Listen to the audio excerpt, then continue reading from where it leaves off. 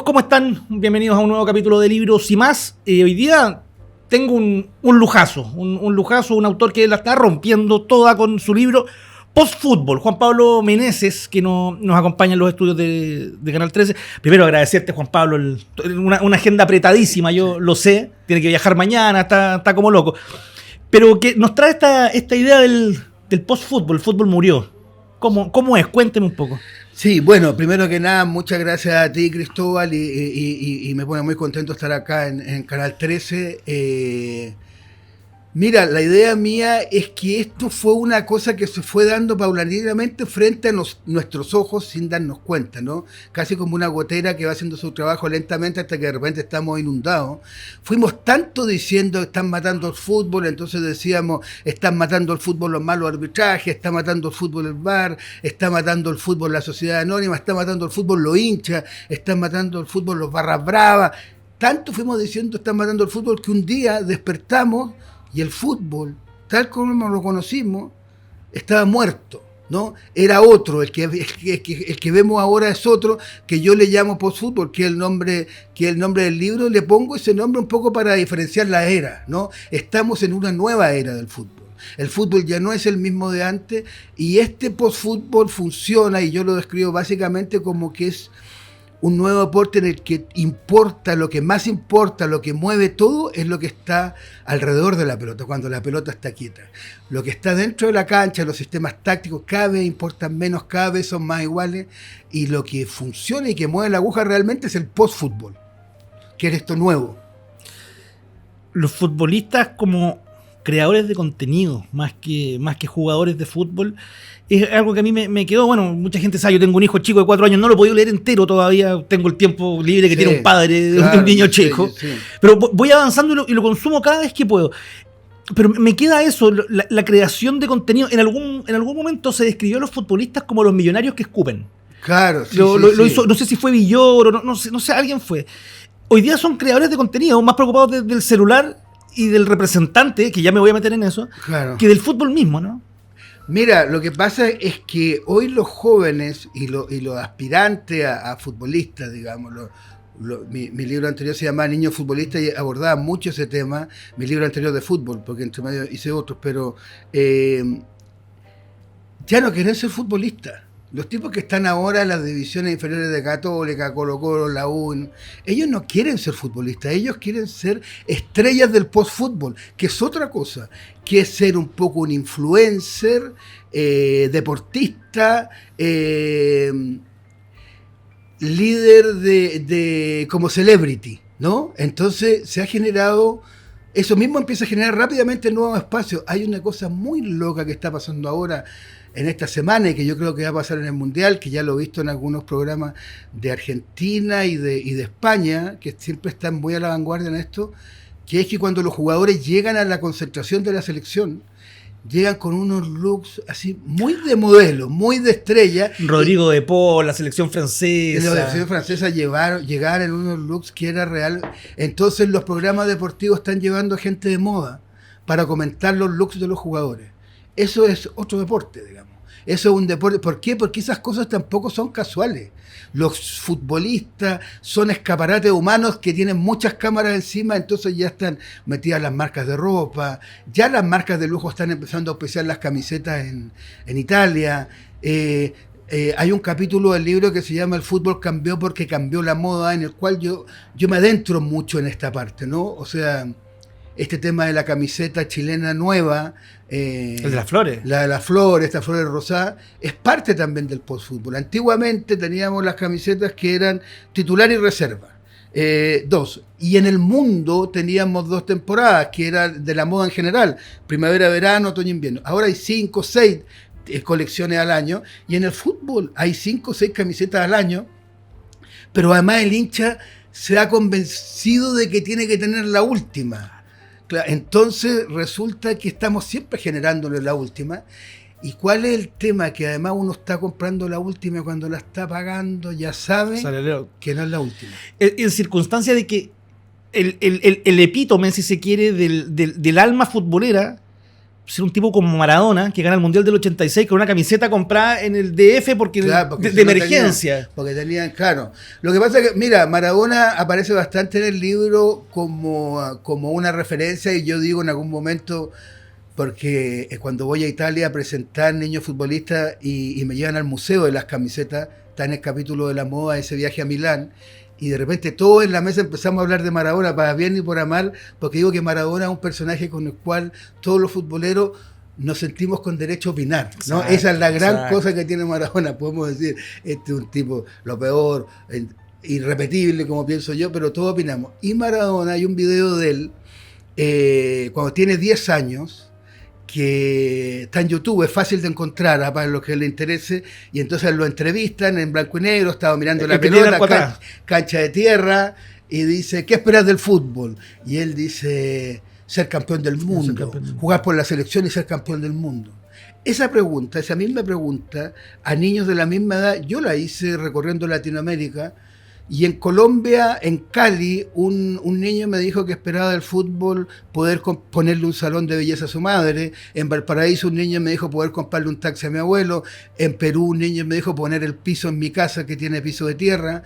Ya se entraba con una filosofía más de post-fútbol, de decir, acá entro para hacer dinero, no para hacer copas. Claro, es un medio para un fin. Exactamente. Y eso te digo desde el punto de vista del jugador, pero también desde el punto de vista del hincha. El hincha también cambió. Cuando estoy presentando a niños futbolistas el 2003 en Barcelona, era la misma semana que llegó Neymar al Barcelona, que había sido récord de contratación. Sí, 222 millones. Estaba en la cafetería, al lado había un padre con niños de 9, 10, 11 años conversando con sus dos hijos, y están comentando la noticia de Neymar, que todo Barcelona la comentaba porque había llegado, y uno de los niños dice, hostia, es el precio, ojalá podamos recuperar la inversión. Y yo dije ahí, claro, nos dice, ojalá gane muchas copas, ojalá triunfe, ojalá le vaya bien. Entonces ya el fútbol entendido como un deporte también financiero. No solo un deporte que está metido en las redes sociales, no solo un deporte que está metido con todos los avances de la moda, no solo un deporte que está metido con todos los avances tecnológicos, no solo que está metido con todos los cambios que hay en el dinero actualmente, que todos pasan por el fútbol, no solamente metido con el tema de la apuesta, sino que también visto como un ejercicio que los jóvenes y los niños lo ven como un inicio de una experiencia financiera. Ojalá contratemos a recuperemos la inversión, y después con esa recuperación de inversión compremos 2 más, y con esos 2 más recuperemos. Eso no lo podemos seguir llamando fútbol. Estamos con Juan Pablo Meneses, autor de Post-Fútbol, un libro de ensayo, que plantea un poco la muerte del fútbol. Juan Pablo, ¿de qué sirve ser hincha en el post-fútbol? Porque antes te servía por el tema de la copa, por el tema identitario. Claro, sí. Hoy día, ¿a dónde va el hincha? Mira, yo parto, el libro es un ensayo, pero tiene algunas cosas muy como crónica vivencial, yo que he contado, y transmito mucho de que en lo personal, mi linaje, mi abolengo, digamos, como un latinoamericano, es el fútbol, ¿no? O sea, yo voy al fútbol, me llevan al fútbol desde antes que yo pueda tomar una decisión.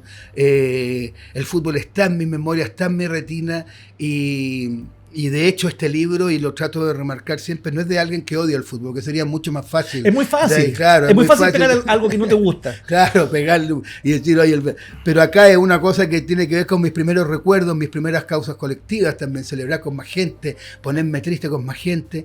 Entonces, ¿qué es lo que pasa? Que para el hincha, ¿cuál es la gran diferencia del fútbol y el postfútbol? La gran diferencia es que el fútbol era un deporte colectivo, y lo digo en términos del equipo, ganaba el equipo, perdía el equipo, vamos al equipo, sigamos el equipo, pero también en términos colectivos con la hinchada. Hoy es un deporte totalmente individual dentro del equipo, porque nosotros apostamos por jugadores, tenemos jugadores de la selección que en la mitad de un entretiempo de un partido muy importante están viendo si los van a contratar de un equipo europeo o no. Es un deporte individual, muy individual, y los hinchas también ya siguen jugadores más que seguir equipos.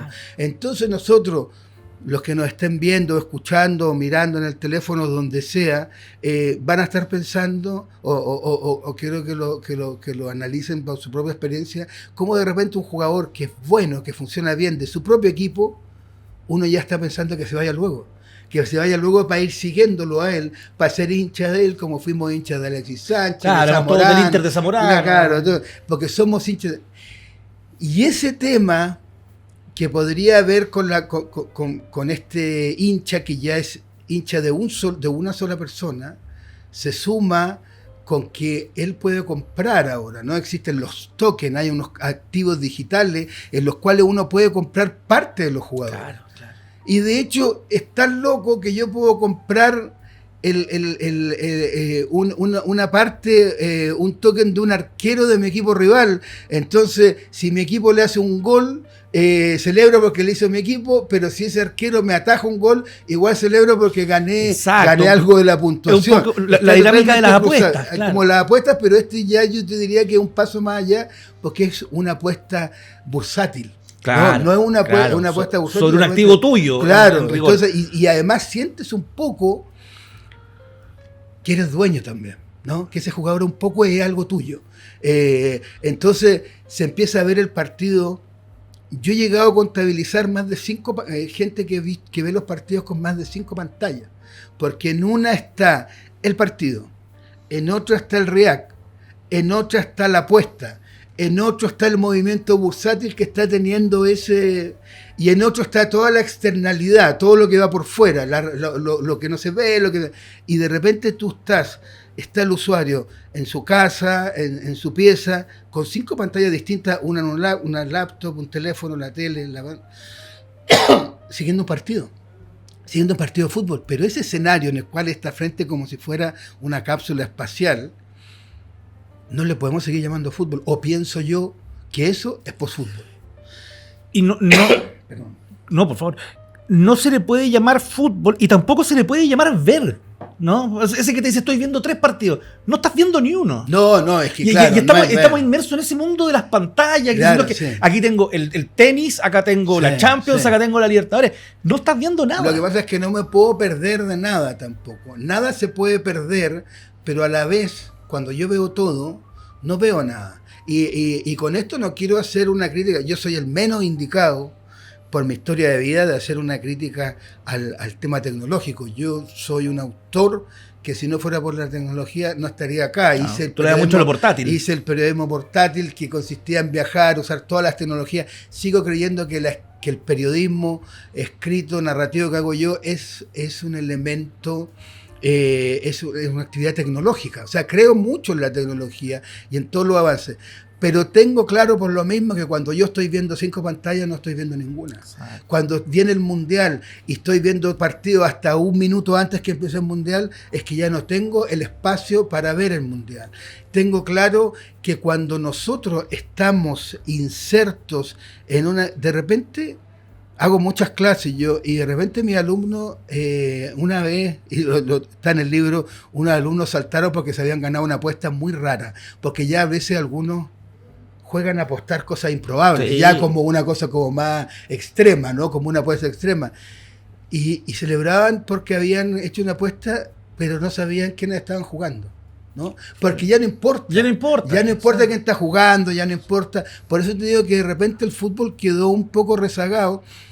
Y lo que me ha pasado mucho con la presentación de este libro, y que ha tenido mucha repercusión, que la mayoría de la gente me ha dicho, oye, qué bueno que lo dijiste porque yo le venía dando vuelta. O me pasó el otro día que un conductor de una radio me decía, yo llevaba mucho tiempo dándole vuelta porque había dejado de ver tanto el fútbol como lo veía antes, y un poco era por esto, ¿no? Porque se produce una desconexión. Si nosotros vemos fútbol todo el tiempo, ya no tiene tanta importancia el fútbol. Entonces lo que importa es otra cosa. Pero la industria que está alrededor necesita que estemos todo el día con fútbol. Y a ti, a golpe de vista, viendo las imágenes, ¿cuándo empieza el post-fútbol? Porque uno puede pensar, la ley Bosman, puede pensar claro, hay muchos elementos que van... Podemos ir incluso más atrás. O sea, yo en el libro hablo en el Mundial del 74, cuando empiezan por primera vez las repeticiones de jugadas. Uh-huh. Eso fue muy importante eso está en un capítulo que se llama El fútbol cambió porque cambió el porno, porque está muy asociado a esa industria que en términos, digo, de transmisión, no una cosa moral, sino que de transmisión, de que con las repeticiones empiezan las celebraciones y los jugadores empiezan a tener conciencia de que hay cámaras alrededor, de que no es solo un juego. Podríamos ir hasta allá, ¿no? O incluso más atrás con las primeras transmisiones, pero esa es una evolución normal de la tecnología. Sí. Yo creo que uno de los grandes cambios tiene que ver con la era Messi. El caso de Messi es más brutal del que parece, porque cambia la industria para siempre, en el sentido de que cambia un negocio, porque instala un negocio, instala una idea de negocio que es: compro un niño pobre en un país pobre, en una ciudad pobre, en un barrio pobre, en una familia pobre por 10.000 euros, y en poco tiempo cuesta cientos de millones de euros. Entonces ese negocio cambió toda y el libro anterior, Niño Futbolista, era precisamente eso, tratar de entender ese negocio de moda. Eso lleva lleva al cambio radical, porque ese cambio tiene que ver con el cambio económico. La economía hoy día, antiguamente la economía funcionaba: tengo un edificio, lo vendo. Tengo un auto concreto y lo vendo. Desde hace un tiempo la economía empezó a vender cosas a futuro, cosas que no existían. Y eso llega al fútbol. Con lo de Messi empezamos a comprar jugadores que tienen, ni siquiera te digo 15 años, 11 años, 12 años. Hay el caso de un fichaje en Holanda de un niño que tenía 17 meses. Hay un caso, que es el caso más increíble, de un niño que se quería fichar, que al final no se terminó fichando, antes de que naciera. Bueno, el nieto de Maradona. El nieto de Maradona, que era hijo de Kun Agüero. Exactamente. Entonces se quería fichar antes que naciera. Exacto. Al igual que pasa con los caballos en Kentucky y en toda la gente, el mundo de la hípica, por su linaje, porque no podéis ser malo con esta ADN, digamos. Claro.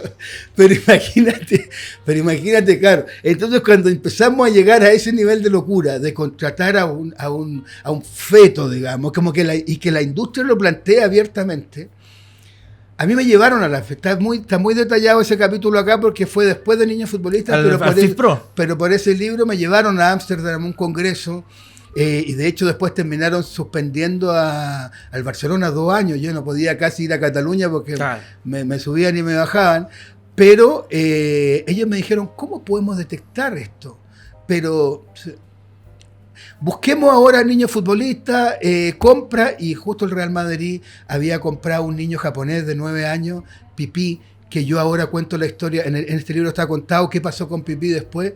Pero claro, son apuestas a futuro, porque el fútbol actual no quiere dejar pasar ni un negocio, pero al final son muy pocos los negocios que resultan, y todo el resto termina convertido en chatarra que quedan esparcidas alrededor de la cancha. Y yo encuentro muy impactante. Yo te lo comentaba el otro día por WhatsApp, decía... Sí. Por ejemplo, no hace tanto tiempo Pancho Moat lanzaba el Cosas Nuevas del Fútbol, que tenía que ver con catalogar o con teorizar un poco sobre la celebración del gol, de la camiseta, claro, sí, de la peregrinación al tablón, muy vinculado a Juan Villoro también, ¿no? Con esa onda de Dios es redondo. Y todo eso es parte de una romantización de un fútbol que hoy día ya no está en la tele. Claro, sí, yo como autor, yo como cronista, me siento parte de una tradición, que está Juan Villoro en México, que está Martín Caparrós en Argentina, que ha escrito varios libros de fútbol, aparte de su obra, digamos. De vuelta, un muy buen libro. Claro, y hizo también uno que se llama Boquita, cuando Boca cumplió 100 años, que cuenta toda la experiencia de Boca desde su propia experiencia, pero es un libro con una investigación y acá en Chile Pancho Moat. O sea, aparte de que los conozco y que admiro su trabajo, siento que ahí hay una tradición en Latinoamérica que tiene que ver con lo mismo. El fútbol es muy importante para nosotros. Exacto. Es muy importante y hay cosas que están cambiando y que de repente las generaciones nuevas no dimensionan el proceso en el que estamos. El Sapito Livington, digamos, Julio Martínez, siempre repetían históricamente que el fútbol nunca, con orgullo, el fútbol nunca iba a entrar a Estados Unidos, que se veía que era como casi una cosa como la muerte del fútbol, porque tiene 2 tiempos de 45 minutos, bueno, ya que no, son muy largos, claro, que son muy largos y que no, eso se terminó. Eso también es otra cosa que se terminó. Está todo mutando frente a nosotros, ¿no? Está todo mutando frente a nosotros. Y en ese sentido yo trato, y volviendo a tu pregunta, trato de... No quiero criticarlos porque hay gente que admiro, pero claro, siento que a veces... más antiguos. Claro, no, y siento que de repente hemos romantizado mucho el fútbol. Con historias como el barro y todas esas cosas, siendo que estamos frente a una industria del carajo con una tecnología y una vanguardia para detectar los negocios y que hoy es, te diría, una de las industrias junto con el tráfico de armas y el narcotráfico que más dinero mueve a distintas escalas y que claro, no podemos de repente hacer vista gorda y ni siquiera tratar de poner un pero, sino que quedarnos en el aguante y en el vamos a seguir al equipo, cosa que yo he hecho y de las que he escrito también. Oye, ¿y qué pasa cuando el post-fútbol se encuentra con Estados Unidos en una Copa del Mundo, en un mundial que ni siquiera te voy a preguntar por Medio Oriente, por Arabia, por Qatar, que se están haciendo mundiales todos los años? Claro. En Estados Unidos tenéis que montarle a 48 equipos. ¿Qué pasa cuando el post-fútbol toma un tinte yankee? Mira, el Estados Unidos ya tuvo un mundial. Estados Unidos el del 94 ha tenido intentos con el fútbol hace mucho tiempo. Bombalé jugó en Estados Unidos. Elías, Oscar Fabiani. Jugaron en la primera época. Exacto. Que estaba Pelé, que estaba todo, claro. Fue una época... Fue como un primer intento, después bajó, después volvió a seguir, ahora está Messi, ha tenido muchos intentos, pero siempre ha sido, yo diría que es como lo que ha sido más esquivo para ellos, ¿no? Ahora, hoy Estados Unidos prácticamente es dueño del fútbol. Muchos de los fondos de inversión son de Estados Unidos los que manejan el fútbol, mucha de la industria que maneja el fútbol. La FIFA responde a muchos intereses de Estados Unidos. Antes decíamos la FIFA, cuando estaba Belanche o Blatter, la señora FIFA que maneja el negocio. Hoy día sobre la FIFA hay un negocio que maneja a la FIFA, ¿no? Muchos dicen que el presidente, que Infantino le dice a todo que sí. Si no le pone pero, le digo, vamos a cortar los partidos por la mitad. Sí, vamos a bajar porque está... E Infantino le responde dándole el premio Nobel de la FIFA, el premio FIFA de la paz. Sí. Y además que tenemos que empezar a unir piezas. Estados Unidos hizo una redada, la justicia en Estados Unidos, que tomó preso a la mitad de la FIFA. Cuando el Yankee sintió claro, que no lo estaban pescando, que la estaban cosa no iba por el carril que querían, Loretta Lynch claro, encima. Entonces, estamos hablando de geopolítica. Estamos hablando de todo un movimiento en un tablero que no es todo tan casual. Pero claro, de repente está la impresión, y esto lo he dicho en programas de todo tipo, incluso en programas deportivos que hablan todo el día de la pelota, está la impresión de que de repente la gente que sigue el fútbol solo le interesara hablar de cuánto mide la pelota, ¿no? Y dejara pasar estos temas. Pero no es así, lo que pasa es que no recibe mucha información. Pero efectivamente Trump, tal como dice Groenlandia es mía, ha insinuado desde su primer gobierno, el fútbol es mío, ¿no? En el sentido de que lo queremos traer acá. Porque además el fútbol es muy representativo de una identidad, y vuelvo al tema que se repite dentro del libro y que tiene que ver mucho con la identidad latinoamericana. Entonces hoy día vamos a tener un mundial donde los latinoamericanos van a tener sus selecciones, nosotros no, pero muchos sí.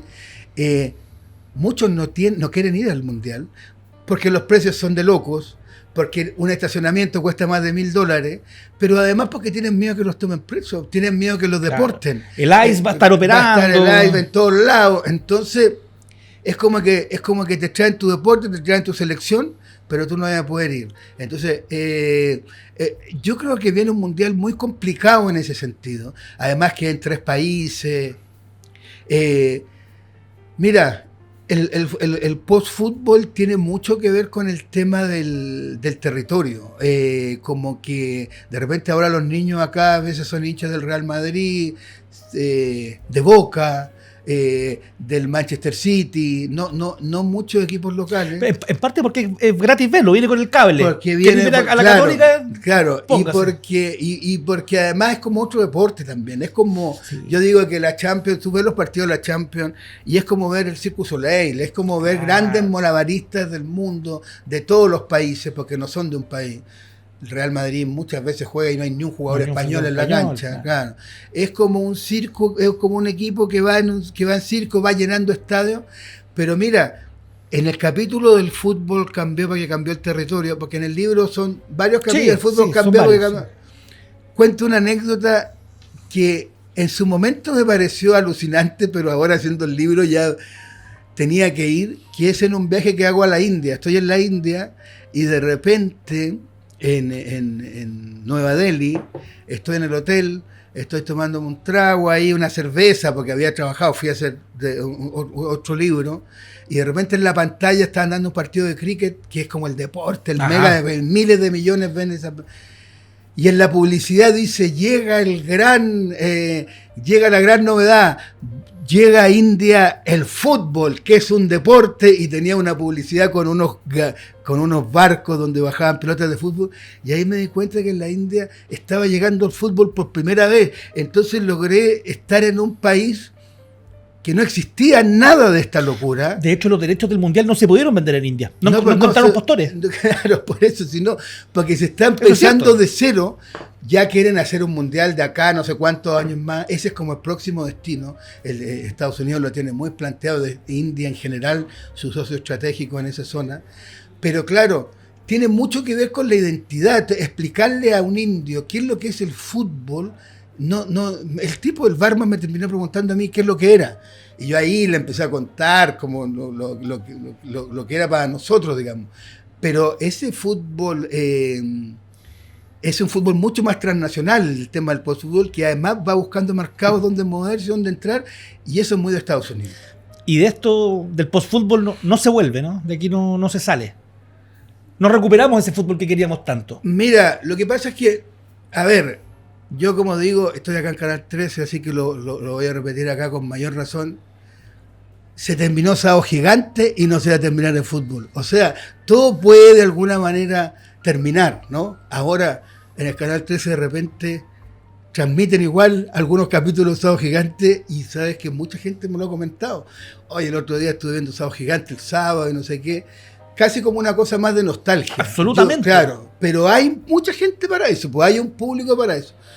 Yo siento que el fútbol de esta evolución no se vuelve, pero que hay algunos espacios donde todavía el fútbol se vive como era antiguamente. Entonces, por ejemplo, hoy en la mañana tenía una entrevista con Concepción y me hablaban de que los hinchas de Concepción, que claro, un equipo de Concepción es distinto a un equipo de Santiago, de los grandes, y un equipo de los que estamos hablando, digamos, pero que los hinchas tenían una campaña, dice que el eslogan era somos hinchas, no somos clientes, porque querían mantener el espíritu. Entonces hay cosas así.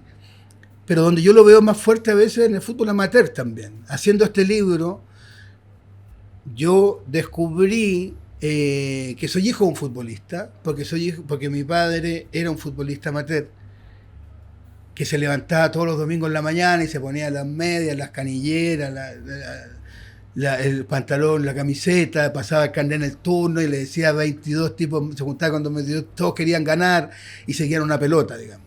Ese espíritu del fútbol, de ese tipo de fútbol que cuenta Villoro o Moat en sus libros, o Galeano, hoy lo encuentro ahí, y hasta por ahí nomás a veces, ¿eh? Y hasta por ahí nomás, porque está el narco, porque están los negocios, porque también está atravesado por otras corrientes. Exacto. Pero el fútbol que vemos ahora, o sea, cambió el modelo. Cambió el modelo incluso, yo que soy hincha de la U y no lo escondo ni nada, pero cambió con el tema de los estadios, ¿no? Porque en la U decían, bueno, no tienen estadio y todo eso, pero los equipos que tienen estadio también los tienen por otra dinámica. Lo tienen por una dinámica que en el fondo es como un nuevo modelo de negocio, y todos quieren renovar sus estadios, como hizo River, como hizo la Católica, como hizo en Vengo de Monterrey, donde hicieron un estadio. Sí, el BBVA. Sí, que hicieron un estadio que se va a jugar el Mundial, de hecho, y que se jugó ahora el repechaje. Estuve yo cuando se jugó Irak, Bolivia. Claro, y yo decía, uy, debería estar Chile acá. Pero bueno, el modelo es, traigo a Ricky Martin, traigo a Shakira, y con toda esa plata de esas fans que estuvieron gritando, emocionadas con esos cantantes, me voy a traer a 2 delanteros buenos para... Entonces termina siendo... Florentino Pérez. Florentinesco. Entonces termina siendo un modelo. Pasa que Florentino Pérez, que ese es como tú dices, como parte de ese, él ya habló del postfútbol sin decirlo, cuando quería hacer la Superliga. Exacto. Y que se le dijo no, y hay muchos de los que le dijeron no, que hoy están, pero claramente hay distintos escalafones de fútbol, ¿no? Y en ese sentido no hay vuelta atrás. Juan Pablo, ¿dónde se puede encontrar el libro? Este es un libro muy bonito, está muy bien hecho, Editorial Planeta. ¿Dónde se puede encontrar? Mira, en general está en todas las librerías y han andado muy bien, pero además yo sé que esta transmisión llega a muchos lados por todos los soportes y por todas estas cosas. Entonces el lugar más fácil donde a veces se encuentra con mejor precio en Busca Libre. Perfecto, ¿no? Buscalibre.cl, sí, creo. Sí.